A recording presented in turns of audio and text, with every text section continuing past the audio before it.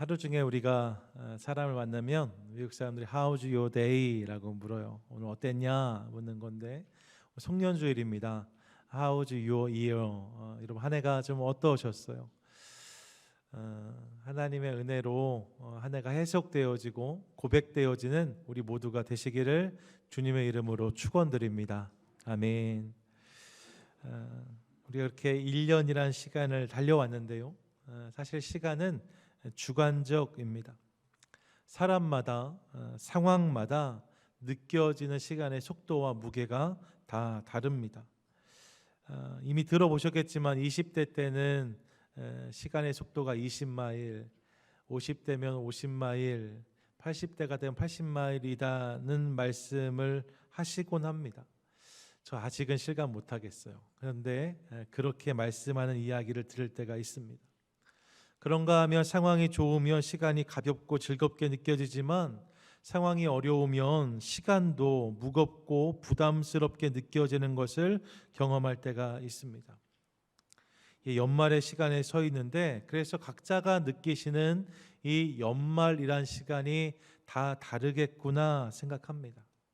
시간은 주관적이에요. 그런데 이처럼 시간이 주관적이지만 모두에게 동일하게 적용되는 객관적이고 분명한 사실이 한 가지 있습니다. 그것은 우리에게 단 한 번의 생만이 주어진다는 것입니다. 여러분, 한 번 사는 인생이에요. 누구도 두 번 살 수 없습니다. 각자가 느끼는 시간은 다 다르다 할 수 있지만 모든 사람이 이 세상에서 한 번 나고 한 번 산다는 것은 다 같다는 것이죠. 그렇게 이 한 번의 인생을 확실한 일, 의미 있는 일, 영원한 일에 사용하는 것, 그것이 지혜이고 그런 인생을 살아낼 수 있다면 그것이 복이 아닐까 하는 생각을 해봅니다. 그런 맥락에서 오늘 송년주일인데 한 해의 마지막 주일, 이 자리에선 우리에게 주님이 주시는 말씀에 함께 귀를 기울이도록 하겠습니다. 오늘은 빌립보서 10번째 시간이기도 한데요. 오늘 본문은 바울의 이 고백으로 시작되어져요. 12절인데 함께 읽겠습니다. 시작. 내가 이미 얻었다 함도 아니요 온전히 이루었다 함도 아니라 오직 내가 그리스도 예수께 잡힌 바 된 그것을 잡으려고 달려가노라. 아멘. 내가 아직 달려간다 고백입니다.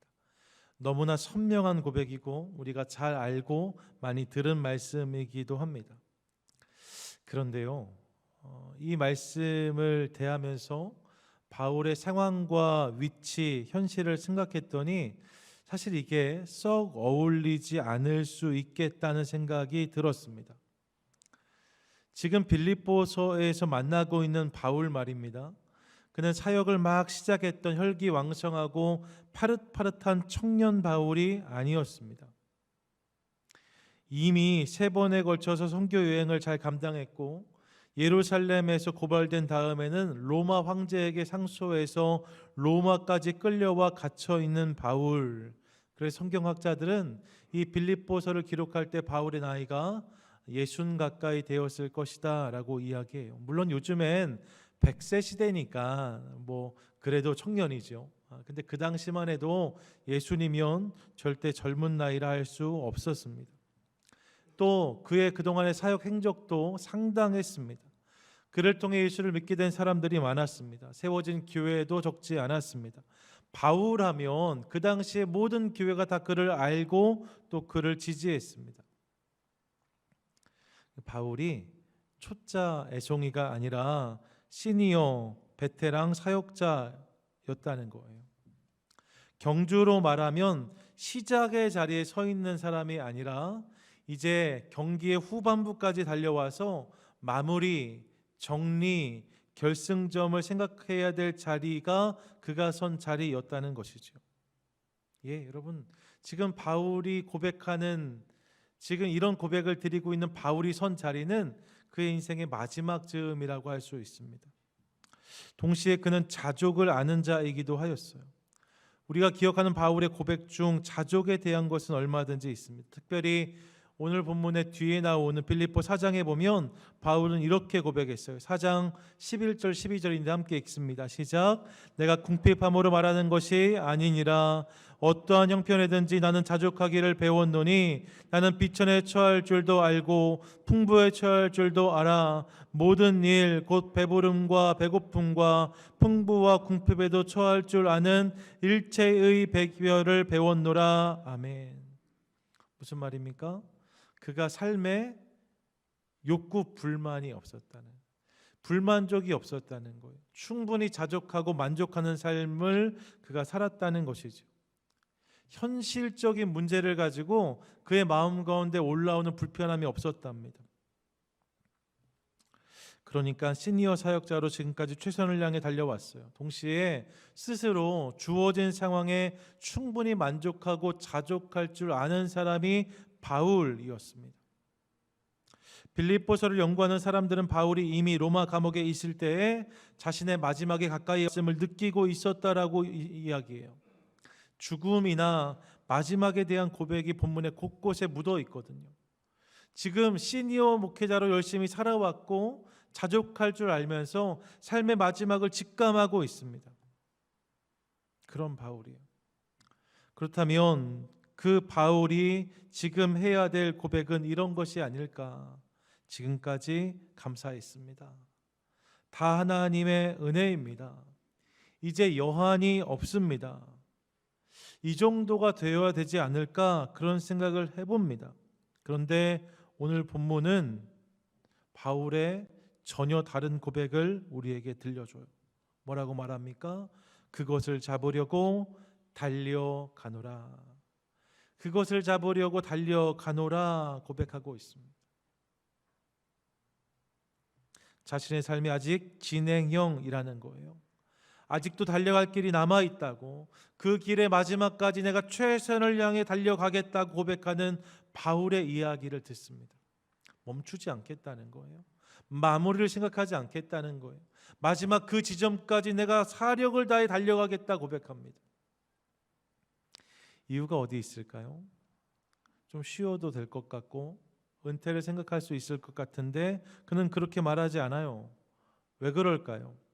그 이유가 본문은 그것 때문이다라고 말씀해요. 본문 12절 보니까 이렇게 그것을 정의하는데 내가 그리스도 예수께 잡힌 바 된 그것을 잡아야 하기 때문에 달려간다라고 말씀합니다. 내가 그것 때문에 멈출 수 없어요. 그것은 오직 예수 그리스도께 잡힌 바 된 그것이랍니다. 이것이 무엇일까? 본문을 보다 쉽게 이해하기 위해서 공동번역 성경을 찾아보았어요. 공동번역은 이렇게 번역하는데 같이 한번 읽겠습니다. 시작. 나는 이 희망을 이미 이루었다는 것도 아니고 또 이미 완전한 사람이 되었다는 것도 아닙니다. 다만 나는 그것을 붙들려고 다름질 칠 뿐입니다. 그리스도 예수께서 나를 붙드신 목적이 바로 이것입니다. 아멘. 내가 무언가를 붙잡으려고 다름질하고 있는데 그것은 그리스도 예수께서 나를 붙잡으신 목적이기도 합니다. 내가 무언가를 잡으려고 하는데 주님께서 나를 붙잡으셔서 그것을 바라보게 하셨습니다 라고 이야기하는 거죠. 그것이 무엇일까? 이거에 대해서 세계적인 바울 신학자로 알려진 김세윤 박사는 이렇게 본문을 번역해요. 그리스도에 의해 붙잡혔으므로 나도 그리스도를 붙잡을 수 있도록 매진할 따름입니다. 그리스도에 의해서 내가 붙잡혔기 때문에 나도 이제 그분을 붙잡으려고, 그분께 나아가려고 최선을 향해 달리고 있습니다라고 고백하고 있다는 거죠. 우리가 기억하는 것처럼 오래전 바울은 그리스도를 믿는 자들과 교회를 핍박하기 위해서 다마스쿠스, 다메섹이라고 하죠. 그것을 향해서 달려가고 있었습니다. 근데 그 도상에서 주님이 그에게 찾아오셨어요. 그를 붙잡으셨어요. 도저히 거부할 수 없는 부르심으로 그의 삶을 사로잡으셨습니다. 이로 인하여서 그의 삶은 송두리째 바뀌게 되었어요. 그가 하나님을 먼저 붙잡은 것이 아니라 주님이 그의 삶을 완전히 사로잡아 주셨습니다. 이를 통하여서 그는 이제 예수를 핍박하던 자에서 예수를 전하는 자가 되었습니다. 복음에 저항하던 자에서 복음에 사로잡힌 자가 되었습니다. 온전한 예수의 사람이 된 것입니다. 그리고 이제 그가 고백하는 거예요. 나도 주님을 온전히 붙잡기 원합니다. 나도 온전히 주님을 알기 원합니다. 온전히 내가 주님을 더 따르기 원합니다. 그렇게 주님을 따르고 주님을 붙잡는 것을 통하여서 그 안에서 그분의 마음을 깨닫고 그분의 뜻을 깨닫고 나를 향한 부르심의 목적과 이유를 확실히 확인하고 사명을 깨달아서 주님의 기쁨이 되는 삶을 살고 싶습니다 라고 바울이 고백하고 있는 것이죠. 바울이 고백하는 그것이 바로 이런 것입니다. 한마디로 말하면 예수 그리스도예요. 예수 그리스도, 내가 그분을 더 알고 더 누리고 더 그분께 가까이 나아가려고, 그래서 그분의 기쁨이 되는 일을 위해서 내가 멈춤 없이 달려가겠노라 고백하고 있는 거죠. 그래서 바울은 감옥에서 지난 시간을 회고하면서 얼마든지 이미라는 수식을 붙잡아서 자신의 지난 시간을 정리하고 자랑할 수 있었음에도 불구하고, 여러분 많은 일을 이루었잖아요. 왕년에 이렇게 말할 수 있었단 말입니다. 하지만 그럼에도 불구하고 그는 이를 부정합니다. 그런 고백을 거절합니다. 이미 얻었다 함도 아니라 합니다. 온전히 이루었다 함도 아니라 합니다. 그리고 자신은 계속해서 그분을 향해 달려갈 것이라고 고백하고 있습니다. 여러분, 이 고백이 이제 막 예수를 만나서 은혜를 충만히 경험하고 감격 가운데 살아가는 초신자의 고백이 아닌 것을 기억하십시오. 평생 주님을 향해서 애쓰고 수고하며 달렸던 바울입니다. 근데 그 바울이 삶의 마지막 자리에서도 이 고백을 드리고 있는 거죠. 예수 그리스도, 그분을 더욱 온전히 붙잡기 원합니다. 더 알기 원합니다. 이를 통해서 내 삶이 주님의 기쁨이 되기를 원합니다. 그것을 위해 내가 계속 달려가겠습니다 고백하는 거예요. 저는 우리의 삶, 우리의 입술에도 이 고백이 담기게 되기를 원합니다. 한 해를 마무리하는 자리에서 성경은 우리를 예수 그리스도, 그분께 더 가까운 자리, 더 그분을 알고 붙잡을 수 있는 자리, 더 사랑하는 자리로 우리를 초대하고 있어요. 거기에 참 만족과 기쁨이 있다고 말씀합니다. 이 일을 통하여서 더 주님의 기쁨이 되는 인생이 되라고 성경은 말씀하고 계세요. 사랑하는 여러분, 이 말씀에 아멘으로 반응하는 저와 여러분, 우리 모두가 되시기를 축복합니다. 축복합니다. 아멘. 여러분, 주님을 더 사모하고 더 사랑하는 인생, 그래서 그분이 내 삶의 소원이 되셔서 그분의 뜻과 그분의 목적, 나에게 허락하신 사명이 온전히 이루어지는 인생을 누리는 저와 여러분 되시기를 원해요.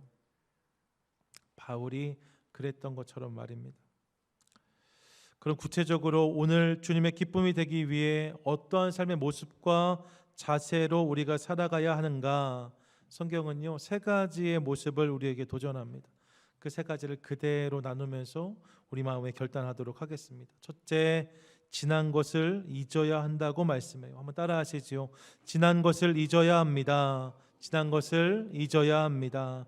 우리 13절 전반절인데 함께 읽겠습니다. 시작. 형제들아, 나는 아직 내가 잡은 줄로 여기지 아니하고 오직 한 일, 즉 뒤에 있는 것은 잊어버리고, 뒤에 있는 것, 지나간 것, 그것은 잊겠다고 고백합니다.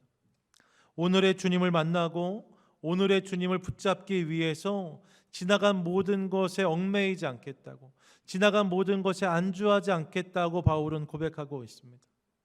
여러분 생각해 보시면 바울의 지난 시간에도 명과 암이 분명히 있었습니다.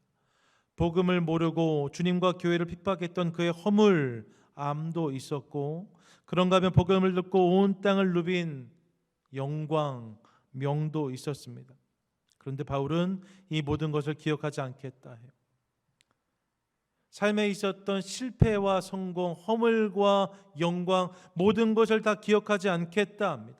그것에 매이지 않겠다 합니다. 그것에 미련을 두지 않겠다라고 말합니다. 그것에 얽매여서 앞으로 나아가지 못하는 우를 범하지 않겠노라 고백하고 있는 거죠. 사랑하는 여러분, 오늘의 주님을 누리기 위해, 주님이 오늘 나에게 원하시는 삶을 살기 위해 우리를 얽매고 안주하게 만드는 모든 것을 거절하고 그 모든 것을 잊어버리는 저와 여러분 되시기를 축복합니다. 지난 것을 잊어버리셔야 돼요. 자꾸만 뒤를 바라봐서는 앞으로 나아갈 수가 없습니다. 미국에서는 운동회를 가본 적이 없는데 한국에서는 꼭 운동회를 하잖아요. 저도 초등학교 시절에 운동회 여러 번 했는데, 운동회 하면 꼭 달리기 시합을 했는데 학생이 많지 않아서 정규생이 꼭 조를 짜서 다 달리기를 뛰어야만 했습니다. 저도 나가서 100m 달리기 많이 뛰었는데 달리면 제가 몇 등 했을까요? 보시면 아시겠지만 제가 꼭 1등, 2등 했어요. 뒤에서 말입니다. 뒤에서 항상 1등, 2등 했어요. 항상 그런 거죠. 뭐 열심히 뛰어도 제 뒤에 사람이 없었습니다. 근데 한 번은 제가 지금도 그때를 생각하고 눈을 감고 회상해 보면 그때의 느낌이 막 저한테 있는데, 땅 하고 출발했는데 제가 1등으로 달려나간 거예요. 제 앞에 아무도 없는 거예요. 항상 달리기를 뛸 때는 다른 친구들의 뒤통수를 쳐다보면서 달리기를 뛰었는데 그날은 제가 맨 앞에 있는 거죠. 뭔가 이유가 있었겠죠. 뭐 넘어졌다든지 엉켰다든지 어쨌든 제가 맨 앞에서 달려 나가기 시작했는데, 그렇게 조금 달리다 보니까 이게 너무 저한테 신기한 거죠. 그러면서 자꾸 뒤가 궁금한 거예요. 뒤에 뭔 일이 있는 건 아닌가? 아이들이 잘 따라오고 있긴 한가? 몇 명이나 내 뒤에 있나? 그래서 달리기를 막 뛰면서 자꾸 어떻게 해요? 뒤를 자꾸 쳐다봐요. 뒤를 자꾸 쳐다봐요. 근데 뒤를 쳐다볼 때마다 한 명씩 제 앞으로 나가는 거예요. 결국 마지막 결승점에 들어갔을 때 전 그때도 또 7등, 8등을 하였습니다. 그렇게 도착하고 났더니 결승점에 있던 선생님이 저한테 말씀하셨어요. 자꾸 뒤를 돌아보면서 어떻게 앞으로 뛰냐 그러셨어요. 여러분, 그 말이 맞는 말이죠. 잘 뛰려면 앞을 봐야 됩니다. 뒤를 계속 보면서 앞으로 뛸 수는 없어요. 지난 몇 주간 저희가 창고 정리했거든요. 1부 때는 다른 이야기를 드렸고 2부 때는 이 말씀을 드리려고 이렇게 정리해 놓았는데, 창고 정리를 하는데요, 창고를 뜯어내 보니까 물건이 얼마나 많은지 모릅니다. 버리지 않은 게 아니라 버리지 못한 것들이었어요. 왜요? 다 거기에 사연이 있거든요. 이건 어떤 분이 어떤 이유로, 이건 어떤 분이 어떤 이유로, 그렇게 해서 모아놓기 시작했는데 그게 산더미가 된 거죠. 이제 새로운 것들을 들이지 못할 만큼 꽉 공간이 차버렸어요. 결국 그것들을 버리고 그것들을 정리해야 새로운 것들을 채울 수 있다는 사실을 깨달을 수 있었습니다. 여러분, 오늘 본문이 그것을 이야기해요. 뒤에 있는 것을 잊어야 한답니다. 뒤에 있는 것을 놓아야 한답니다. 아무리 화려했다 해도 여러분 그것을 잊으셔야 돼요. 아무리 힘들었다 해도 그것을 놓으셔야 돼요. 그래야 앞으로 나아갈 수 있어요. 신앙은 언제나 현재 진행형이 되어야 합니다. 예수를 잘 믿었다가 아니라 예수를 잘 믿어야 합니다. 예배를 잘 드렸었다가 아니라 예배를 잘 드려야 됩니다. 주님께 최선을 다해 충성했었다가 아니라 주님께 오늘의 충성을 드려야 돼요. 여러 번 말씀드렸지만 어제의 신앙이, 어제의 믿음이, 어제의 헌신이 오늘의 그것을 보장하지 못합니다. 그러므로 자꾸 어제 머물러 있으려 하는 마음을 거절하고 이미 벌써 이룬 것들에 안주하려 하는 마음을 부인하고 그 자리에서 일어나서 오늘의 주님을 바라보고 오늘의 주님을 누리며 오늘의 결단을 드리는 저와 여러분, 우리 모두가 되시기를 소망합니다. 아멘.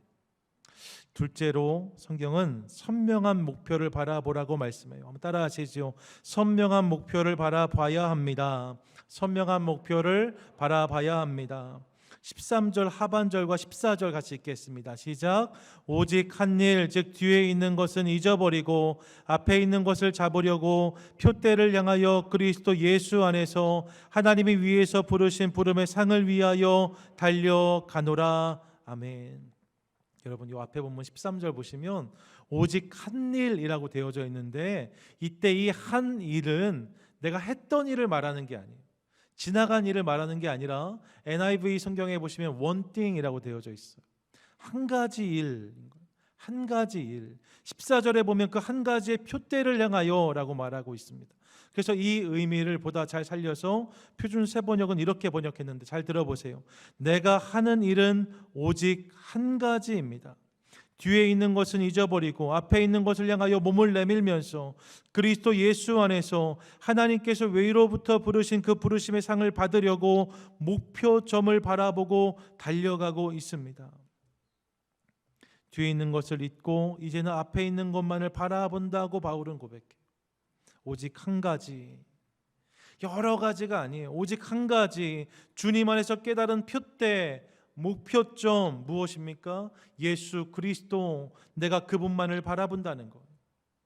그분을 내 인생의 표대를 삼겠다는 거예요.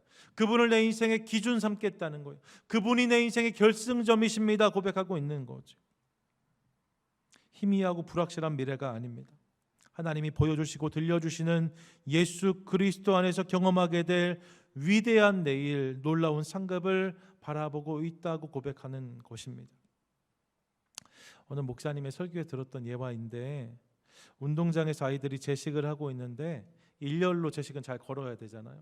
이 줄이 잘 안 맞는 거예요. 자꾸 삐뚤빼뚤하고 이게 자꾸 줄이 흐트러지는 거죠. 하다 안 되니까 선생님이 그 줄의 맨 앞에 선 학생을 불렀어요.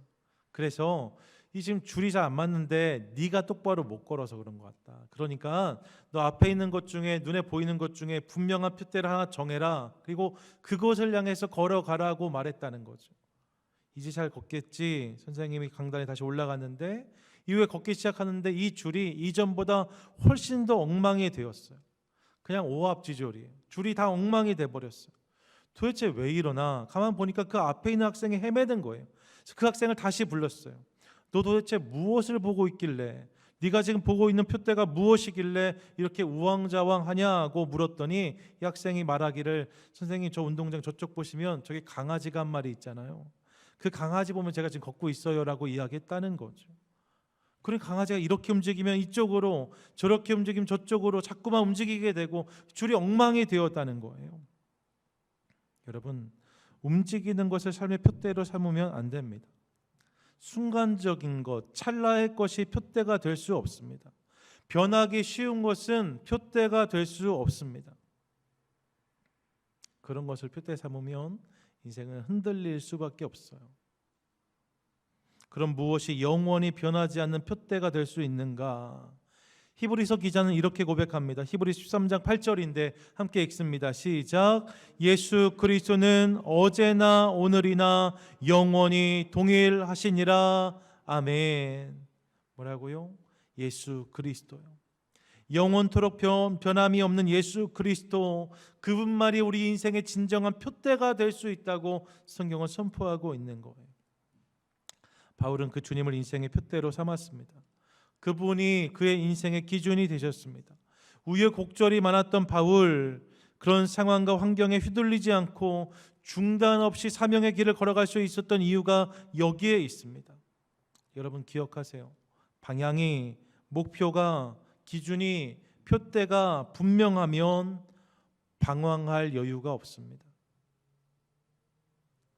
바울이 바라봤던 선명한 표대 예수 그리스도, 전 그분이 우리 삶에도 동일한 표대가 되실 수 있기를 원해요.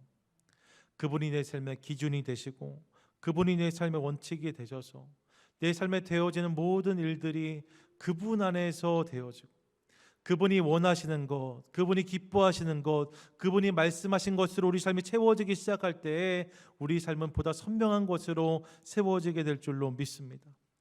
예수 그리스도, 그분을 기준 삼는 것을 통하여서 그분의 기쁨이 되는 삶을 살아가는 저와 여러분, 우리 모두가 되시기를 축복합니다. 아멘. 끝으로 성경은 우리에게 전심으로 달려가라고 말씀해요. 한번 따라하시지요. 전심으로 달려가야 합니다. 전심으로 달려가야 합니다. 14절 같이 한번 읽겠습니다. 시작. 표대를 향하여 그리스도 예수 안에서 하나님이 위에서 부르신 부름의 상을 위하여 달려가노라. 아멘. 지난 것은 다 잊어버리고 앞에 놓인 표대 예수 그리스도를 바라보기로 결단한 바울. 그런데요, 바울의 고백은 거기서 끝나지 않아요. 이전 것은 잊어버리고 내가 표대를 바라봅니다가 그의 고백의 완성이 아닙니다. 그럼 뭐라고 고백해요? 마지막에 그는 달려간다고 고백하고 있어요. 오늘 본문 속에서 12절과 14절에 두 번이나 그는 달려간다고 분명히 고백합니다.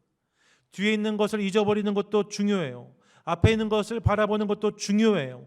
그래야 우리 삶 가운데 새로운 일이 시작될 수 있어요. 하지만 바라만 보고 달리지 않으면 거기에 다다를 수 없습니다.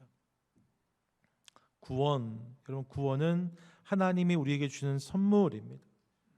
하지만 이 사명은 그렇게 구원받은 우리가 주님께 보여야 되는 반응입니다. 이 반응이 우리 삶 가운데 있을 때 우리 삶 가운데 주님의 뜻이 온전히 이루어지는 것이죠. 우리가 이미 아는 것처럼 바울은 다소 출신이었어요. 다소가 그의 고향이었는데 이 다소는 로마의 영향권 안에 있었던 당시의 여러 도시 중 하나였습니다. 로마의 영향권 안에 있는 도시들의 특징이 있어요. 그 특징 중 하나는 도시의 중앙에 경기장이 있었다는 거예요. 그리고 그 경기장에서 정기적으로 운동 경기를 열어서 많은 사람들이 그 경기를 바라보고 열광했습니다. 바울도 아마 여러 번 경기장에 갔을 거예요. 많이 그 경기의 장면을 보았을 거예요. 지금 달려가노라라고 말할 때 아마도 바울이 그 장면을 떠올리지 않았을까 생각해 봅니다.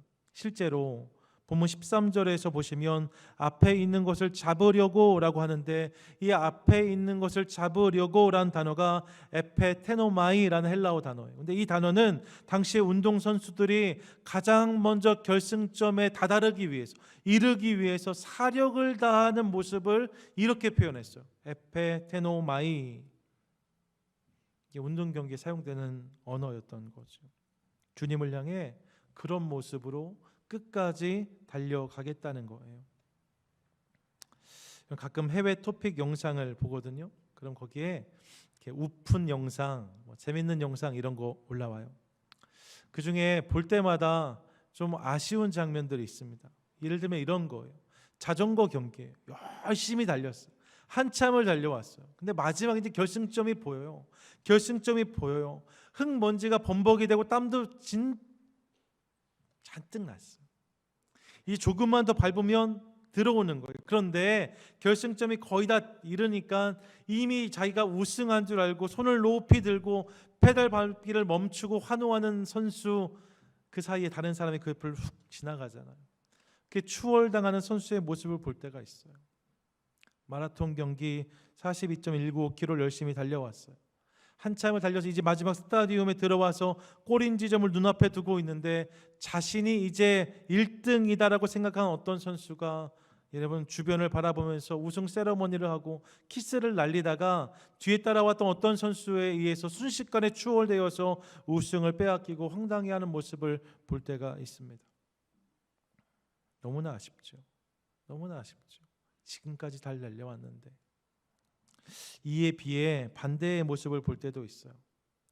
전 쇼트트랙이나 스피드 스케이팅 같은 경기를 보면 그런 감동을 받는데 여러분 그 선수들을 보시면 최선을 향해 달리다가 마지막 순간에 이르렀을 때 말입니다.